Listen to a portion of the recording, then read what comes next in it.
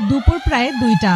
দক্ষিণ ইসরায়েলের মরুভূমির মাঝখানে অবস্থিত র্যামন এয়ারবেজ ঘাটির ভেতরে অনেক পাইলট তখন রেস্ট রুমে ছিলেন। হঠাৎ করেই তীব্র সাইরেন বেজে ওঠে। পুরো এয়ারবেস জুড়েই একই শব্দ। এটি ছিল এমার্জেন্সি অ্যালার্ম, অর্থাৎ এখনই যুদ্ধবিমান উড়াতে হবে। পাইলটরা কোনো সময় নষ্ট না করে খুব দ্রুত রুম থেকে বের হয়ে আসতে থাকে, কারণ তারা জানতো এই ধরনের সিগন্যাল সাধারণত তখনই দেওয়া হয় যখন আকাশে কোনো অজানা বিপদ দেখা দেয়। কিন্তু এখানে একটা বড় সমস্যা ছিল। রেস্ট হাউস থেকে মূল রানওয়ে ও যুদ্ধবিমান রাখার জায়গার দূরত্ব ছিল প্রায় 1 কিলোমিটার। তাই তারা দ্রুত 4 থেকে 5টি সামরিক গাড়িতে উঠে পড়েন। পাইলটদের মুখে তখন স্পষ্ট টেনশন, কারণ তারা জানতো না আকাশে ঠিক কি ঘটছে। কিন্তু আসল ঘটনা শুরু হয়েছিল আরো 30 মিনিট আগে। ইরানের একটি পুরনো সামরিক ঘাঁটি থেকে সেদিন একটি F-14 টমক্যাট যুদ্ধবিমান উড়ানো হয়েছিল। এই বিমানগুলো বহু পুরনো হলেও এখনো ইরান এগুলো ব্যবহার করে, কারণ এগুলোর গতি অত্যন্ত বেশি এবং দীর্ঘ সময় উঠতে পারে। যদিও এগুলো বর্তমান সময়ের অনেক যুদ্ধবিমানের চেয়ে পিছিয়ে, তবুও ইরানের কিছু অভিজ্ঞ পাইলট এখনো এই বিমান চালান।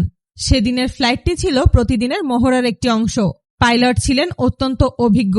শুরুতে সবকিছু স্বাভাবিকই ছিল। বিমানটি ইরানের আকাশে নির্ধারিত রুট ধরে উড়ছিল, কিন্তু কিছুক্ষণ পর অদ্ভুত ঘটনা ঘটে। পাইলট ধীরে ধীরে নির্ধারিত রুট পরিবর্তন করতে শুরু করেন। ইরানের রাডার কন্ট্রোল রুম প্রথমে ব্যাপারটা খুব গুরুত্ব দেয়নি, কারণ কখনো কখনো অনুশীলনের সময় সামান্য রুট পরিবর্তন হয়। কিন্তু কয়েক মিনিট পর তারা বুঝতে পারে বিমানটি দক্ষিণ দিকে নয়, বরং উত্তর পশ্চিম দিকের দিকে এগোচ্ছে। তখনই কন্ট্রোল রুম থেকে তাকে সতর্ক বার্তা পাঠানো হয়। তাকে বলা হয় সে ইরানের আকাশসীমা থেকে বের হয়ে যাচ্ছে।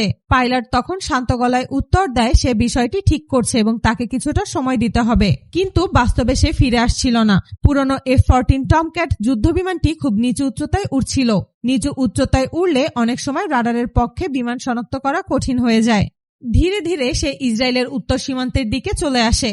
এদিকে ইসরায়েলের রাডার কন্ট্রোল রুমে একটি অদ্ভুত সিগন্যাল ধরা পড়ে। প্রথমে রাডার অপারেটররা সিগন্যালটি ঠিকভাবে বুঝতে পারছিল না, কারণ উত্তর সীমান্তে এমন কিছুই ছিল না যেখানে সাধারণ শত্রুপক্ষ নজরদারি চালাতে আসবে। অনেকেই ভেবেছিল এটি হয়তো কোনো ভুল সিগন্যাল, কিন্তু কয়েক মিনিটের মধ্যে পরিস্থিতি পাল্টে যায়। রাডারে দেখা যায় অজানা বিমানটি অত্যন্ত দ্রুত গতিতে ভেতরের দিকে ঢুকে যাচ্ছে। তখনই জরুরি অ্যালার্ম বাজানো হয়। র্যামন এয়ারবেজে থাকা পাইলটদের জরুরি ভিত্তিতে যুদ্ধবিমান উড়াতে নির্দেশ দেওয়া হয়। কয়েক মিনিট পর পরিস্থিতি আরো জটিল হয়ে ওঠে। অজানা সেই পাইলট হঠাৎ করেই একটি গাইডেড মিসাইল নিক্ষেপ করে। সেখানে ছিল উত্তর অঞ্চলের একটি সামরিক স্থাপনা। দূর থেকে ধোঁয়া উঠতে দেখা যায়। ইসরায়েলের রানওয়ে থেকে একের পর এক যুদ্ধবিমান উড়ে যেতে শুরু করে।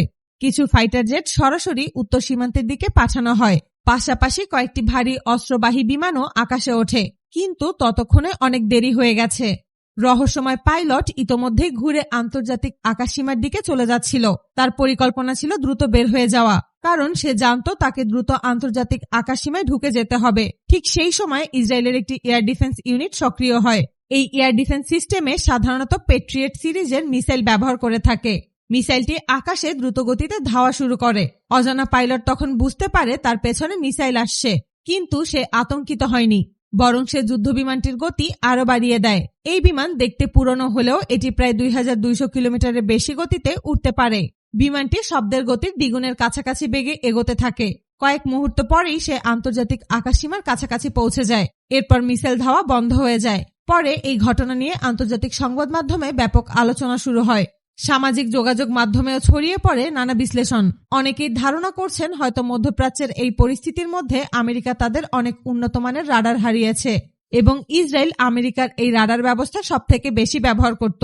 তাই অনেকেই ধারণা করছেন হয়তো এসব কারণেই ইসরায়েলের আকাশ প্রতিরক্ষা সেই সময়ের জন্য দুর্বল হয়ে থাকতে পারে।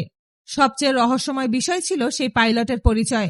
ইসরায়েল এখনো বুঝতে পারেনি সেই পাইলট আসলে কোন দেশের ছিল এবং তার উদ্দেশ্য কি ছিল।